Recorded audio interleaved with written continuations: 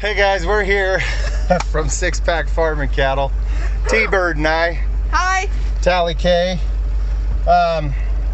We just hauled two of our fats to the butcher, and we're laughing because we just turned into the farm. And I don't understand people on Highway 50 here. They don't know what a turn signal is. I was making a left turn off the highway into the farm, and this guy started passing us, and he damn near T-boned us. And you know, I'm a little bit hot-tempered when it comes to stupid stuff like that. Like, pay attention, man. Didn't you see the turn signals? I mean, there's big LED flashing lights all over the back of the truck and trailer, so how can you miss that? Anyway, we're going to talk about taking care of your animals on the farm. Yeah. And all this crap that people say about us farmers are abusive to our animals.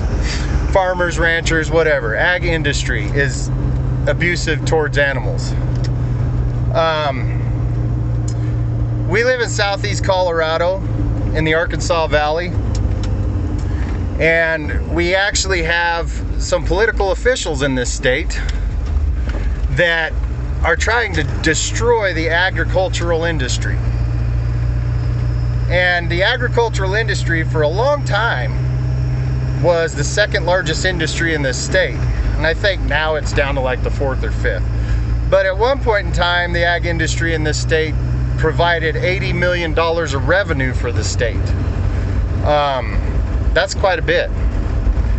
So I just can't understand why they're trying to destroy the industry. It's completely ridiculous. Especially when we take such good care of our livestock, because that's the claim, we abuse our livestock.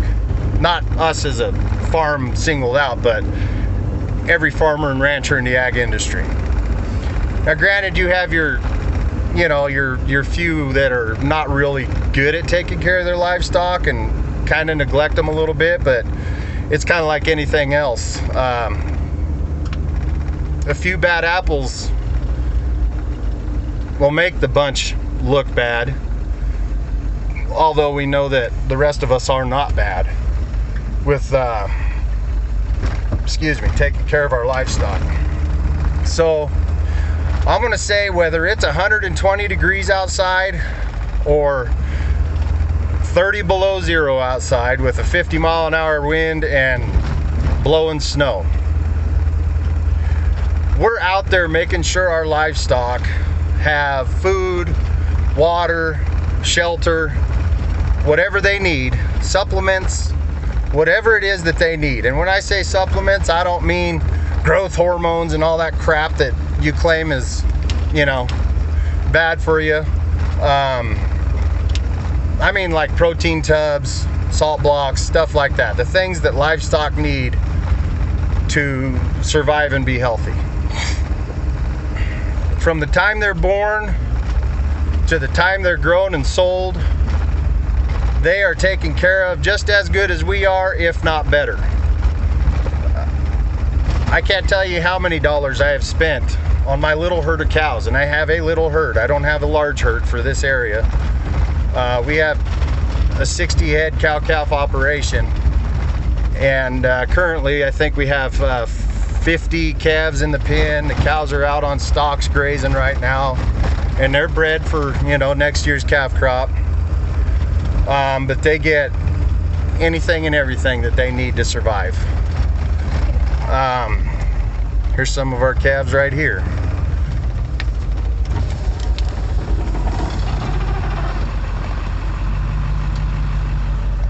Licking on the salt blocks. Now, it looks like a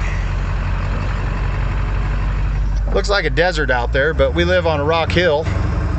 There's actually grass out there in the pasture, where the rock hill is not located, where it's good soil. And I'm just gonna say too, you're crazy if you think they're not taken care of. My kid, my oldest kid, Cash, he's got a herd of goats. They live in a heated barn in the wintertime when they're having their kids.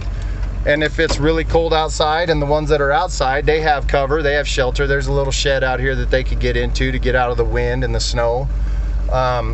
Heat lamps are everywhere for them. Same with the kids' chickens, Lola's chickens. They have insulated chicken coops that they live in, and heat lamps are in there. It's literally like 65, 70 degrees in those chicken coops all the time. The goat barn, 80 degrees constantly. There's space heaters in there. Tally here.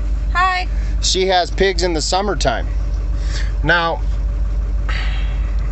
this is the one that pisses me off the most. These political officials claim that the 4-H program is an abusive program towards animals. Well, T-Bird. Yeah? Tell me about your pig last year, that the one that you had that you'd crawl in the pen with and sit down. Tell me about her. Oh, Winnie? Yes, Winnie. So I had a pig last year. She was one of my 4-H pigs, and her name was Winnie. And she had enough trust in me that when I would sit down or lay down in the pen, she would come and sit on your lap or come and lay next to you like a dog would. And what would she do? Just lay there and sleep? She'd fall asleep, right? Yeah. Because she trusted you that much. Yeah, she's adorable. She knew that you were taking care of her. Mm-hmm. Right. So Good food, to good tell water. all of us that the 4-H program and taking care of this livestock and stuff, that we're abusing these animals, is completely asinine. There isn't a statement that could be any further from the truth. That is absolutely ridiculous. When you have a kid like this that has, you had what, 5 last year? I have 3. I'm having 5 3. this year. She's having 5 this year. 3 pigs that she could get in the pen with, and one of them loved her so much and trusted her so much she would lay in her lap and go to sleep.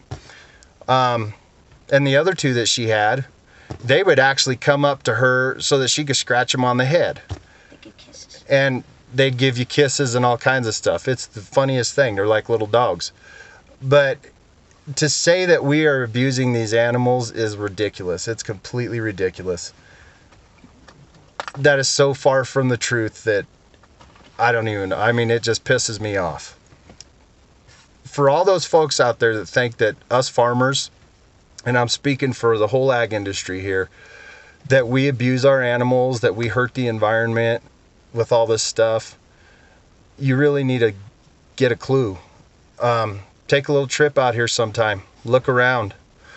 You're not going to see a big brown haze over the sky or over the fields and our farmhouses and all that, because we don't have that pollution like you have in the city.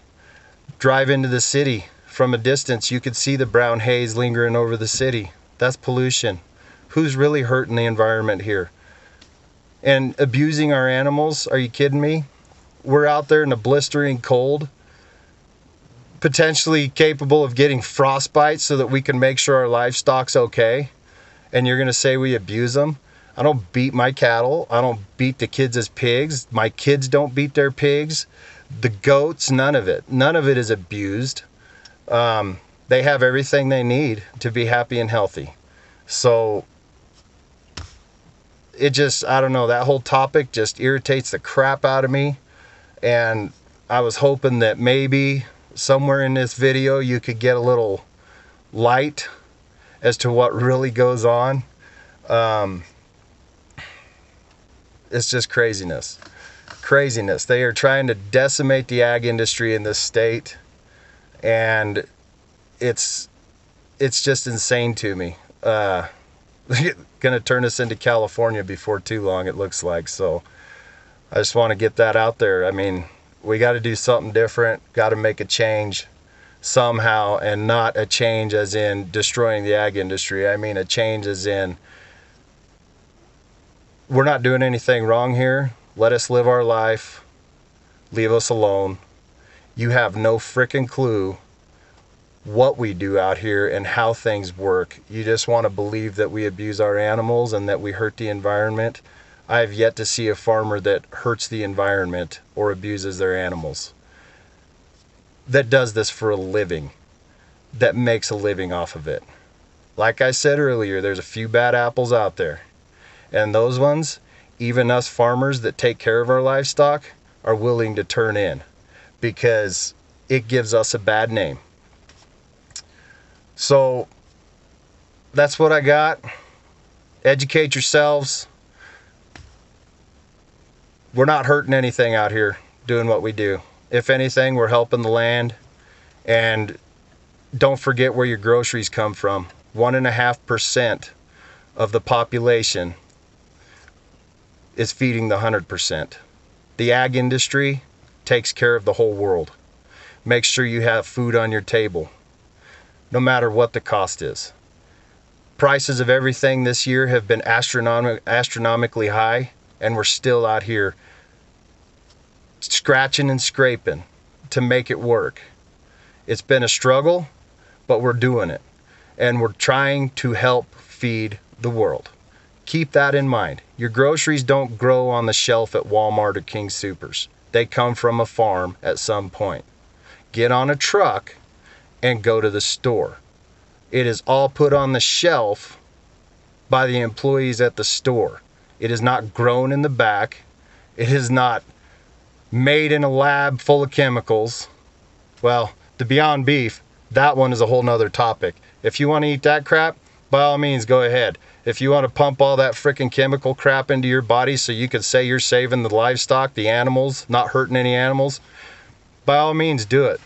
Me personally, I'd rather grow my own beef and know what I'm eating. I don't want some jackwagon in a lab making some fake meat for me to eat. Not happening. Sorry. I'll eat a freaking rat before I eat that crap. But the point is, educate yourselves. Don't listen to all the bull crap that you're hearing out there about how we're hurting everything, because we're not. Learn something. Figure it out. Maybe take a trip out to the country and just look around and see what you really see. Because it's not bad. It's not bad. As far as the feedlots go, I know my mom is one person in particular that just does not agree with feedlots, but to be able to feed the mass amount of population that we have to feed, it takes a feedlot to grow that much beef.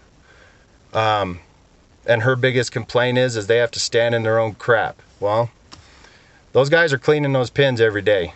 Don't think they're not. They're doing the best they can do to make sure that those cattle are not living in their own crap.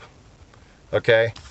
But it takes a feedlot for the scale, the large scale that they are feeding. They have to have a feedlot. It's no different than a city. You guys all want to live on top of each other? That's fine. You want the convenience? That's what it takes. You have to live on top of each other to have the convenience of having your grocery store 5 minutes down the road. I don't want to live like that. So I don't. I live out here and do what we do for a living. But it's no different. It's the same as a feedlot. To feed the large scale the population has grown to, it takes a feedlot to do it. If you guys eat meat, okay? If you don't eat meat, you're still getting your groceries from a farm. So don't be thinking that the farmers are hurting the environment. Because whether you eat organic or not, and that organic deal's a whole nother topic too. Not all your organic food is organic, just so you know. But if you eat organic vegetables because you're a vegan that just doesn't want pesticides and herbicides and all that stuff on your food, it still comes from a farm. Still comes from a farm. It's not grown in the back of the grocery store or in a lab or anything like that. Think about that. You guys have a good one.